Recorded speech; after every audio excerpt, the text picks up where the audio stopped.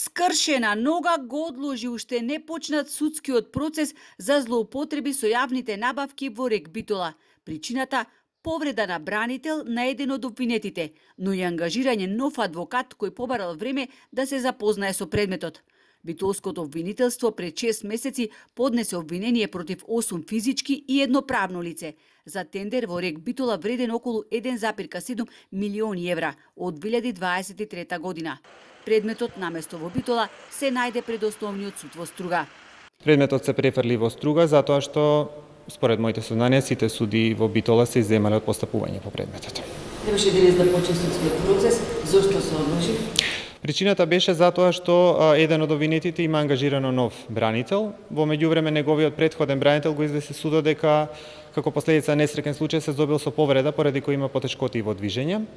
Иако Јованов е единствениот кривичен судија во Основниот суд Струга, Битолска апелација одлучи предметот да биде делегиран во Струга со образложение дека овој суд со проширена надлежност имал доволно суди и капацитет да постапува по предметот.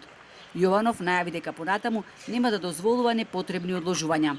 Ние сме сега уште на почеток, чекаме да се соберат и докази, така што во оваа фаза на постапката ние на наредната расправа ќе имаме воведни говори и до тогаш очекувам и одбраната комплетно да биде подготвена со достава на сите предјавени докази.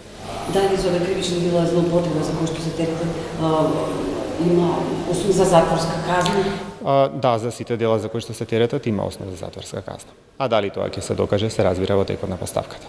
Инаку, според обвинението, раководни лица во РЕК Битола ја фаворизирале Марковски компани, овозможувајќи таа да биде единствен понудувач, а потоа биле доставувани документи врз основа на кои биле вршени исплати. Судењето е презакажано за 2 септември, а предметот за набавките во енергетскиот гигант РЕК Битола допрва треба да добие своја судска разврска.